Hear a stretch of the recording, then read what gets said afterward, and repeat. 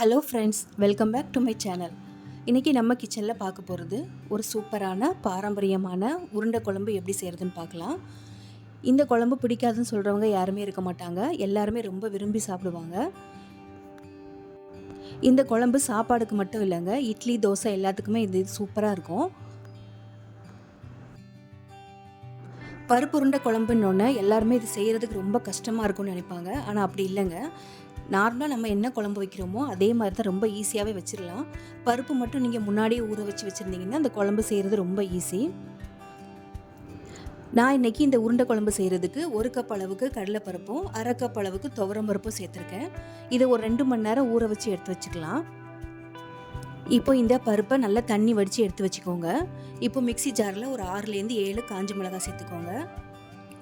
கூடவே 1 ஸ்பூன் அளவுக்கு சோம்பு சேர்த்துக்கலாம்.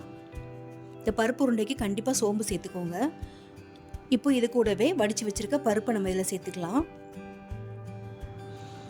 நீங்கள் சின்ன ஜார் எடுத்துருந்தீங்கன்னா 2 வாட்டி போட்டு அரைச்சிக்கோங்க. ஆனால் இதே அளவுக்கு நீங்கள் காஞ்ச மிளகாவும் சோம்பும் சேர்த்தா போதும், கரெக்டாக இருக்கும்.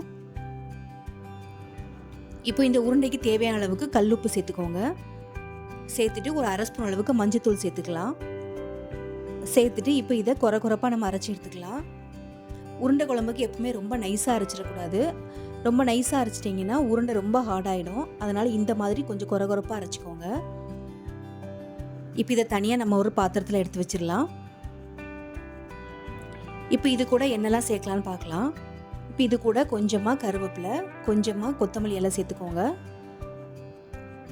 இது கூடவே 1/2 கப் அளவுக்கு தேங்காய் துருவல் சேர்த்துக்கலாம். நீங்கள் துருவல் இல்லைன்னா சின்னதாக கட் பண்ணி கூட நீங்கள் சேர்த்துக்கலாம். இப்போ இது கூட 2 பெரிய வெங்காயம் நான் பொடியாக கட் பண்ணி எடுத்து வச்சுருக்கேன். அதே இது கூட சேர்த்துக்கோங்க. வெங்காயம் நம்ம இஷ்டம் தாங்க, எவ்வளோ நாள் சேர்த்துக்கலாம். இப்போ இதை நல்லா கலந்து எடுத்துக்கோங்க. நம்ம ஏற்கனவே பருப்பு அரைக்கும் போதே உப்பு சேர்த்துட்டோம், அதனால் இப்போ சேர்க்க தேவையில்லை. இந்த உருண்டைக்கு தேவையான அளவு மட்டும் நம்ம உப்பு சேர்த்துக்கலாம். ஏன்னா குழம்புல நம்ம உப்பு சேர்க்கும் போது ஜாஸ்தி ஆகிடும்.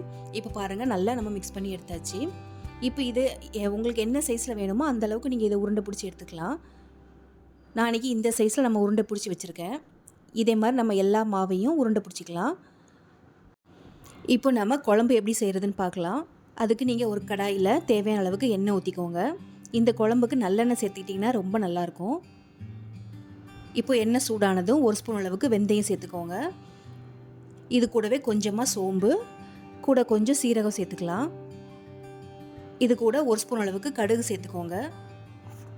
இப்போ இது எல்லாமே நல்லா பொரிஞ்சு வரட்டும். இப்போ இது எல்லாம் நல்லா பொரிஞ்சு வந்ததுக்கப்புறமா ஒரு 10 பல் அளவுக்கு பூண்டு சேர்த்துக்கோங்க. இந்த பூண்டு கண்டிப்பாக சேர்த்துக்கோங்க. நம்ம பருப்பு சேர்க்கறதுனால கண்டிப்பாக பூண்டு சேர்த்துக்கிறது ரொம்ப நல்லது.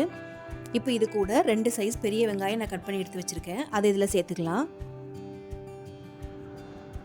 இது கூடவே கொஞ்சமாக கருவேப்பிலை சேர்த்துக்கோங்க. நீங்கள் விருப்பப்பட்ட கூட கொஞ்சமாக கொத்தமல்லி இலை கூட சேர்த்துக்கலாம். இப்போ இதை நல்லா கலந்து விட்டுட்டு இந்த வெங்காயம் நல்லா வதக்கி விட்டுருங்க. இப்போ ஒரு மூடி போட்டு ஒரு 2லேருந்து 3 நிமிஷம் நல்லா வதக்கி விட்டுக்கலாம். வெங்காயம் நல்லா ப்ரௌனாக வரணும்னு அவசியம் இல்லை, நல்லா கண்ணாடி பதத்தில் வெந்து வந்தாலே போதும். இப்போ பாருங்கள், ஒரு 3 நிமிஷம் கழித்து பாருங்கள், இந்த அளவுக்கு நமக்கு நல்லா பிங்க் கலரில் நல்லா வெந்து வந்திருக்கு.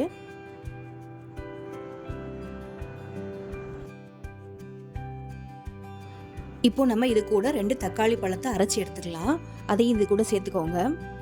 நீங்கள் அரைச்சி சேர்க்கறதுனால தக்காளி சீக்கிரமாக வதங்கி வந்துடும். நமக்கு குழம்பும் நல்ல ஒரு திக்னஸ் கொடுக்கும். இப்போ இந்த தக்காளியும் நமக்கு நல்லா வெந்து வரணும். அதுக்காக மறுபடியும் மூடி போட்டு ஒரு 2லேருந்து 3 நிமிஷம் நல்லா வதக்கி விட்டுருங்க. இப்போ 2-3 நிமிஷம் கழித்து தக்காளியும் நல்லா வதங்கி வந்துடுச்சு.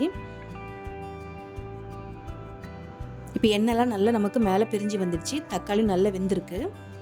இப்போ இது கூட என்ன மசாலா சேர்க்குறதுன்னு பார்க்கலாம். இதுக்கு நீங்கள் 1/2 ஸ்பூன் அளவுக்கு மஞ்சத்தூள் சேர்த்துக்கோங்க. கூடவே 2லேருந்து 3 ஸ்பூன் அளவுக்கு குழம்பு மிளகாத்தூள் சேர்த்துக்கலாம். நீங்கள் குழம்பு மிளகாத்தூள் உங்கள்கிட்ட இல்லைன்னா 1 ஸ்பூன் அளவுக்கு தனி மிளகாத்தூளும் 2 ஸ்பூன் அளவுக்கு மல்லித்தூள் சேர்த்துக்கோங்க.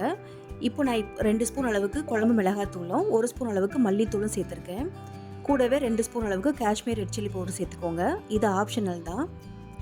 கூடவே கொஞ்சமாக பெருங்காயத்தூள் சேர்த்துக்கலாம். உங்ககிட்ட கட்டி பெருங்காயம் இருந்துச்சுன்னா அதை நீங்கள் கடுகு சீரகம்லாம் தாளிக்கும் போது அப்போ சேர்த்துடலாம். இப்போ இந்த குழம்புக்கு தேவையான அளவுக்கு உப்பு சேர்த்துட்டு நல்லா வதக்கி விடுங்க. இப்போ தண்ணி எதுவுமே சேர்க்காம இந்த எண்ணெயிலேயே நல்ல மசாலாலாம் நல்லா வெந்து வரணும். இப்போ பாருங்கள், ஒரு நிமிஷம் கழித்து பார்த்தீங்கன்னா நல்லா நமக்கு மசாலாலாம் எண்ணெயிலே நல்லா வதங்கி வந்திருக்கு.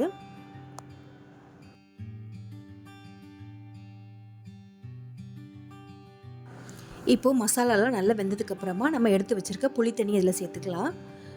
ஒரு எலுமிச்சைப்பழ சைஸ் அளவுக்கு புளி எடுத்துகிட்டு ஒரு 1/2 லிட்டர் அளவுக்கு தண்ணீரில் கரைச்சி எடுத்து வச்சுக்கோங்க.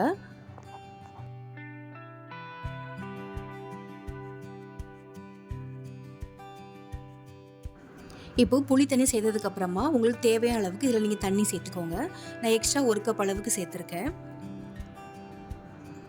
இப்போ இதை நல்லா கலந்து விட்டுட்டு இன்னும் கூட நமக்கு தண்ணி தேவைப்பட்டுச்சுன்னா சேர்த்துக்கலாம். நான் மறுபடியும் ஒரு எக்ஸ்ட்ரா ஒரு 1/2 கப் அளவுக்கு தண்ணி சேர்த்துருக்கேன். இந்த குழம்பு நல்லா தண்ணியாக வச்சா தான் நமக்கு கரெக்டாக வரும். பருப்பு உருண்டையை நம்ம போடும்போது நல்லா இறுகி வந்துடும். அதனால் தண்ணி இதில் கொஞ்சம் எக்ஸ்ட்ராவே சேர்த்துக்கோங்க. இப்போது உப்பு காரம் எல்லாமே செக் பண்ணிவிட்டு இதை நல்லா கொதிக்க விடுங்க. இப்போ இதை நல்லா கொதித்து வரதுக்காக மூடி போட்டு கொதிக்க வச்சுக்கலாம். ஒரு 6லேருந்து 7 நிமிஷம் நல்லா கொதிக்க விட்டுருங்க. மசாலாவோட புளியோட பச்சை வாசனை எல்லாம் போகணும். இப்போ பாருங்கள், குழம்பு நல்லா கொதித்து வந்திருக்கு. இப்போது நம்ம எடுத்து வச்ச உருண்டைகளை இதில் நம்ம ஒன்று ஒன்றா சேர்த்துக்கலாம். உருண்டையை சேர்க்கும்போது அடுப்பை ஃபுல்லாக சிம்மில் வச்சுட்டு சேருங்க. அப்போ தான் நமக்கு உடஞ்சி வராமல் இருக்கும்.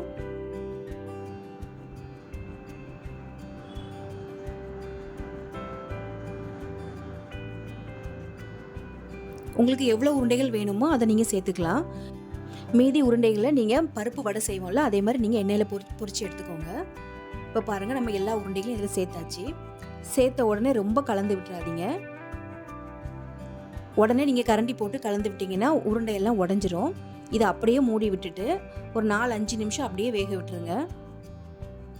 இப்போ பாருங்கள், ஒரு 5 நிமிஷத்தில் நமக்கு பருப்பு உருண்டை நல்லா வெந்து வந்திருக்கு.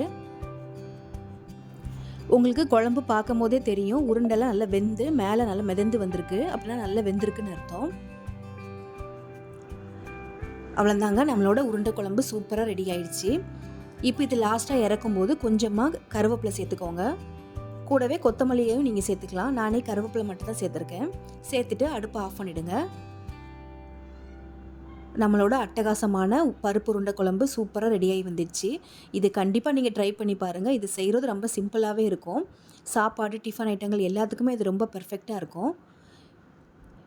என்னோடய சேனலை சப்ஸ்கிரைப் பண்ணாதவங்க மறக்காமல் சப்ஸ்கிரைப் பண்ணிவிட்டு இந்த வீடியோவுக்கு ஒரு லைக் பண்ணி ஷேர் பண்ணிக்கோங்க. தேங்க்ஸ் ஃபார் வாட்சிங்.